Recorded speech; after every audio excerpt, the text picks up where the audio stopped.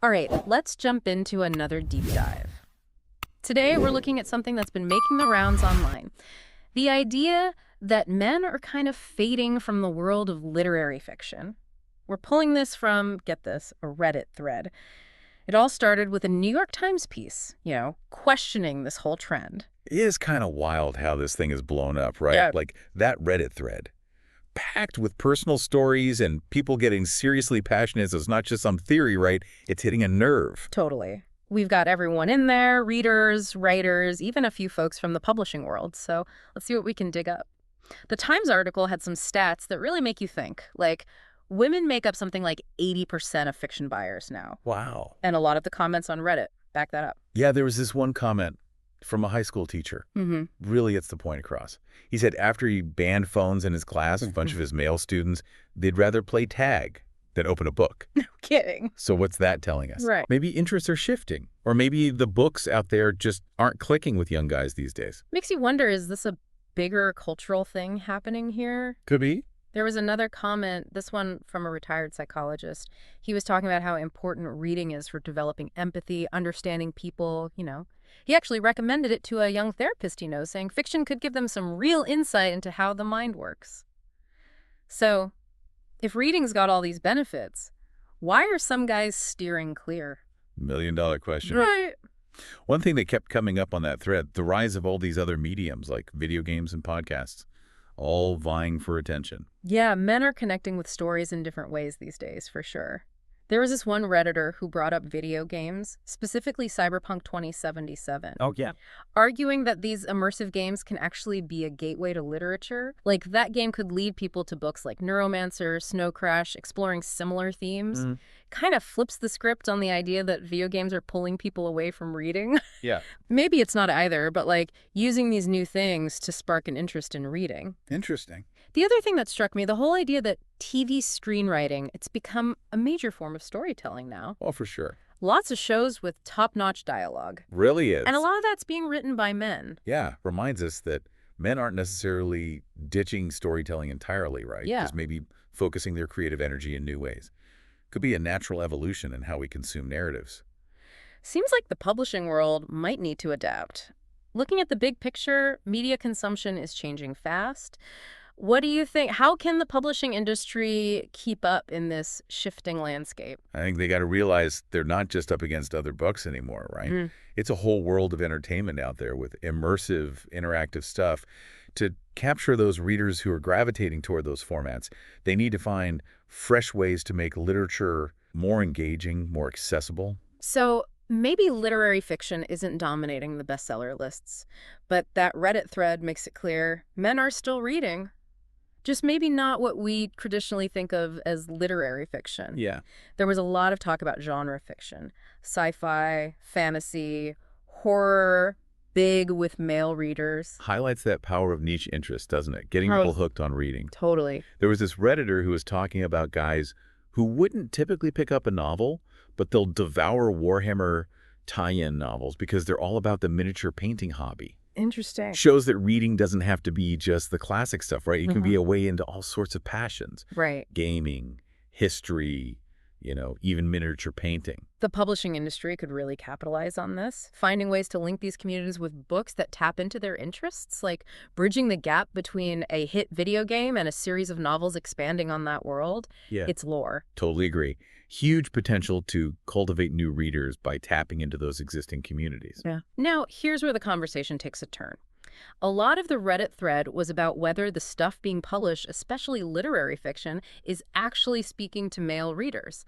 Some argue that there's a disconnect between what's out there and what a good chunk of male readers are looking for. Gets into those fine points of reader preferences, right? Yeah. How all sorts of things shape them.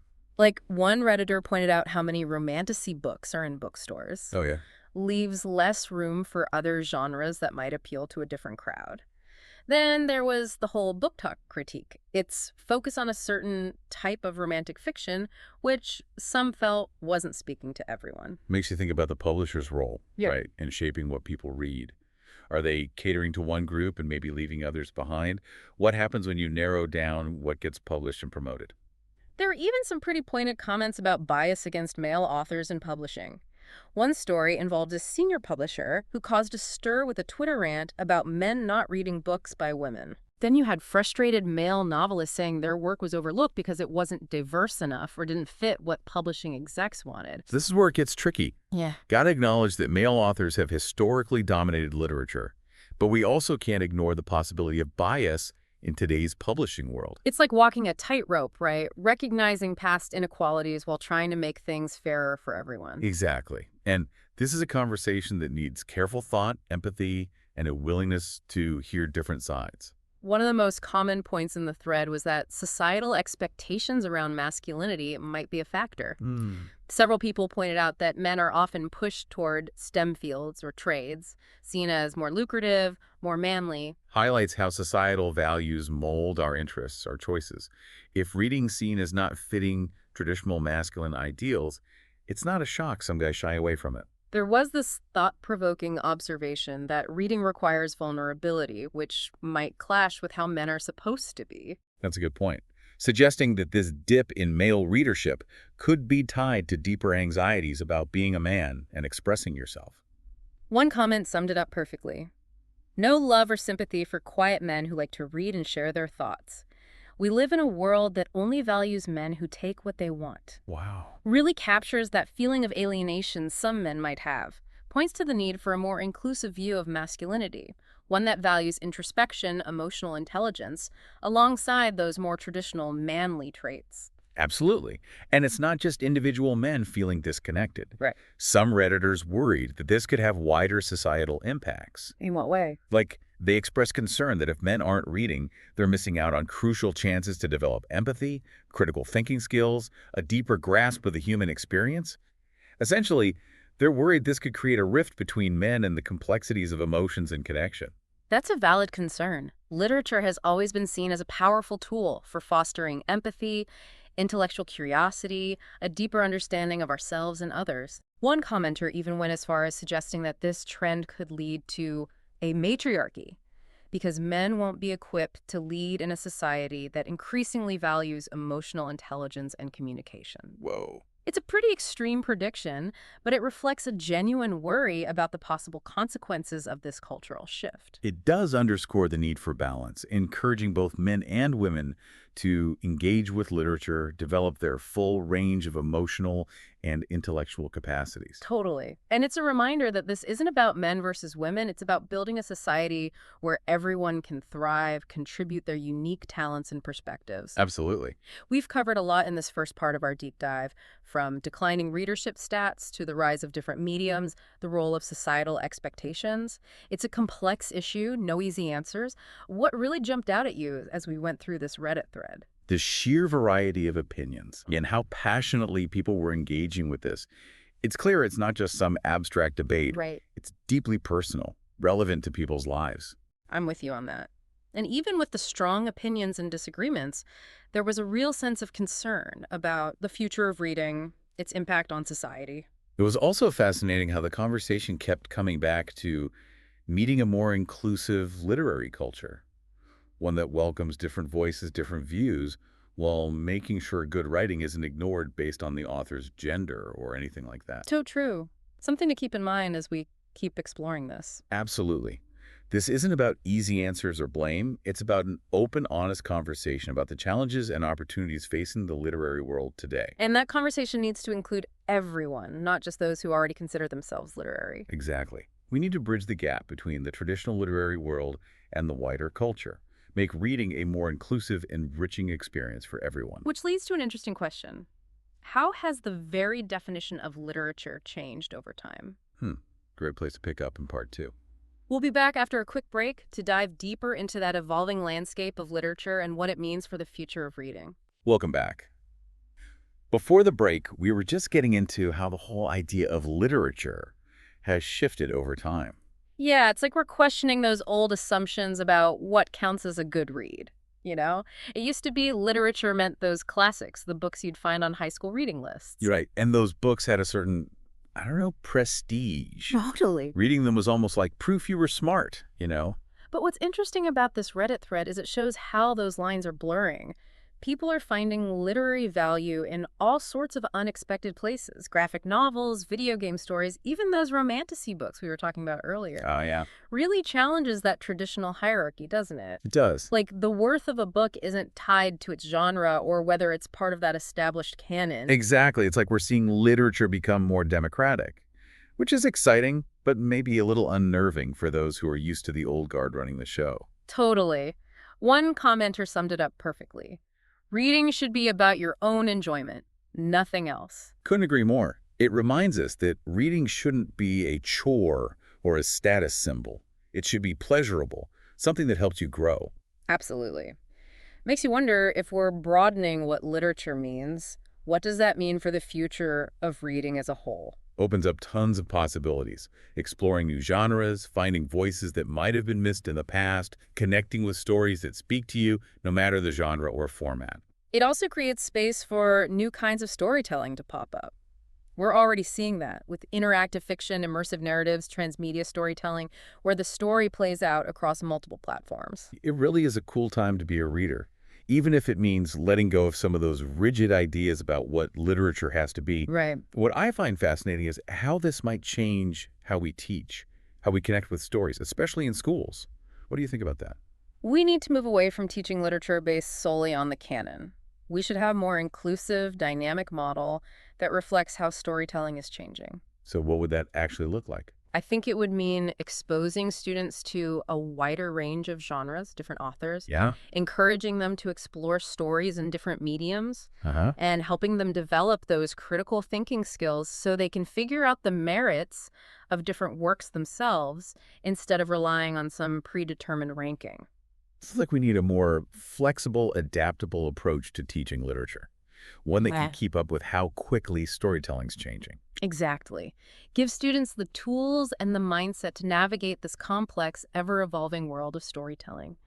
Now, on the topic of evolving landscapes, that Reddit thread had some interesting thoughts about technology and all this. Of course it did. As you can imagine, some pretty strong feelings about how technology is affecting reading habits. Right. There's no question technology is a double-edged sword when it comes to books. On the one hand, it's made them more accessible than ever. Literally a whole library in your pocket now. Exactly. And there are amazing online resources for exploring literature, connecting with other readers, even publishing your own work. Right. But the Reddit thread brought up some downsides, too. Yeah. Many worried that the constant distractions of social media, video games, streaming are making it harder to focus on reading. A lot of research backs that up. Right. All those notifications, that urge for instant gratification can make it super tough to stay focused the way deep reading demands. One comment put it perfectly. The modern world is just noise and information. Reading is a refuge where time stands still and the imagination runs free. Beautifully captures the heart of reading.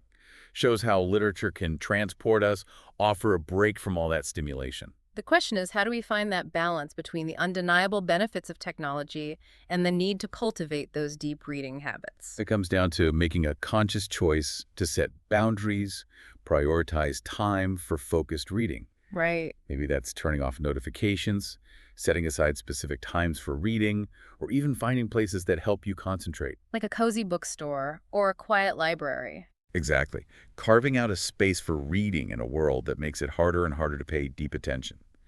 Now, while we're talking about technology, there was also some discussion about the role of AI in the future of writing. This is where things get really interesting, maybe even a little sci-fi. Definitely sparked a lot of debate and speculation. Some were worried AI could eventually replace human authors altogether. Algorithms churning out cookie-cutter stories with no soul, no human touch. It's a valid concern, but we have to remember AI is a tool at its core. And like any tool, it can be used for good or for bad. Sure. The real question is, how can we use AI to boost human creativity, not replace it? One Redditor suggested AI could be used to help writers with writer's block, coming up with ideas or even editing and polishing their work. Interesting. It's exciting and a little scary to think about what the future holds. Will AI be our partner or our rival in storytelling? Only time will tell. I think we need to be curious about AI, but also cautious, aware of the potential downsides while staying open to the possibilities. I agree. Now, changing gears a bit, the Reddit thread also got into the role of gender in writing and reading. Ah, yes. Some felt the publishing industry was biased against male authors, while others argued it simply reflected changing demographics, what readers want. This one's complicated. We have to acknowledge the historical dominance of male authors, but we also can't ignore the possibility of unconscious bias in publishing today. It's like finding that balance again, recognizing past inequalities while trying to make things fairer going forward. Right. It's a conversation that requires nuance, empathy, and a willingness to really listen to different viewpoints. One commenter had a pretty radical idea. Literature programs should have blind auditions, like some music programs do. That way, manuscripts are judged solely on their merit without knowing the author's gender. Interesting idea, though it would be tough to put into practice. It does make you think, though. Can we truly separate a work of art from the person who created it? It's a tough one. No easy answers. Agreed. But it's crucial to keep asking these questions, to keep pushing for a more inclusive and equitable literary world. Now, on a related note, the thread also highlighted how important it is to have positive male role models when it comes to getting boys to read. So important. Young people are really influenced by who they look up to. If they don't see men reading, they might not see it as something worth doing. Some suggested that educators, parents, need to make a real effort to introduce boys to books with strong male characters, books that explore themes relevant to their lives, their experiences. It's about making reading feel personally meaningful, something they're drawn to, not forced into. And it's more than just finding the right books. It's about creating a culture where reading is valued, encouraged at home and in school. Totally. It's about cultivating a love of reading that lasts a lifetime. Mhm. We've talked about how the definition of literature is changing, the impact of technology, the gender dynamics, the importance of role models. But there's one more big question I want to touch on. What's the point of reading in the first place? Gets to the heart of why we value literature, why it matters. The Reddit thread had a whole range of answers. Some read for pure fun, some for knowledge, and others for that deep emotional connection. All those reasons are valid. Reading can serve so many purposes. Its real value is in how it enriches our lives in all these different ways. One comment described reading as a way to improve one's emotional IQ and to understand our lives. Powerful way to put it. Reading fiction, especially, lets us step into someone else's shoes, see the world from different angles, understand the complexities of being human. Another commenter said reading helps us form our identities. Love that. The stories we read give us insight into ourselves, our values, where we fit in the world. Reading can also be a source of comfort, inspiration, especially during hard times. Absolutely. It can bring comfort, spark our imaginations, make us think differently about the world around us. This thread has really shown how multifaceted reading is. It's not just about words on a page, it's about engaging with ideas, emotions, experiences that shape who we are and how we see the world. Exactly. Reading transforms us. It expands our horizons, deepens our understanding, connects us to something bigger. On that note, let's move on to our final part, where we'll explore what all of this means for the future of reading and this idea of the disappearing literary man. So we spent a lot of time unpacking this whole disappearing literary man thing, exploring all sorts of angles. And as we wrap up this deep dive into that Reddit thread, I'm starting to wonder, maybe it's not so much about men vanishing from literature, but more about, I don't know, a transformation? What do you think? I think you're spot on. It's not like men have just stopped reading or engaging with stories altogether. It's more like their relationship with literature is maybe changing, finding new outlets. Right. We've seen that throughout this conversation, men exploring different genres, embracing new ways of storytelling, even pushing the boundaries of what literature even means. It reminds us that culture's always in motion, right? And how we read is part of that. What was once this exclusive thing for the literary elite is becoming more open, more inclusive, new voices popping up all the time. And that's not necessarily a bad thing. It could actually mean a more vibrant, more diverse literary landscape, one that shows the richness of human experience in all its different forms. Absolutely. If we embrace this shift, it could lead to a much richer understanding of what it means to be a reader in the 21st century. Could also open up amazing new avenues for creativity. But change can be tough, right? Yeah. Especially when it shakes up long-held beliefs and traditions. People naturally feel uneasy, even resistant, when something comes along and disrupts their worldview. That's true. And I think that's part of what's driving the anxiety around this whole topic. Yeah. We're seeing a cultural shift, and people are trying to figure out what it all means. It's like we're all trying to make sense of this new literary landscape, one that's less about rigid rules and more about flexibility and exploration. And as with any cultural shift, some people jump right in, others hold on to the old ways. Right. The key is to approach it with curiosity, an open mind, not judgment or fear. One of the biggest takeaways from this Reddit thread, for me, is the importance of listening to different voices, different viewpoints, especially those that haven't always been heard. Couldn't agree more. It's about making space for everyone to join the conversation, no matter their gender, background, or what they like to read. Right. We need to move past those simple either categories and embrace the complexity of human experience. It's also about understanding that the literary world, like society in general, is always evolving. Yeah, What was revolutionary a generation ago might be normal, even outdated today. that's what's so great about art and culture. They reflect our ever-changing world and all the ways we try to understand it. This evolution can be tough, but it's also exciting.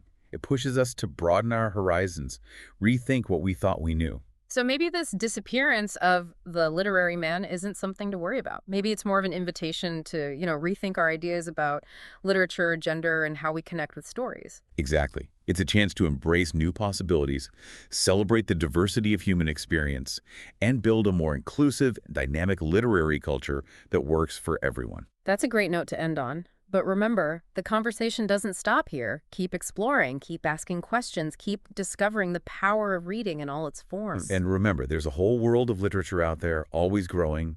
There's a story for everyone just waiting to be found. Happy reading.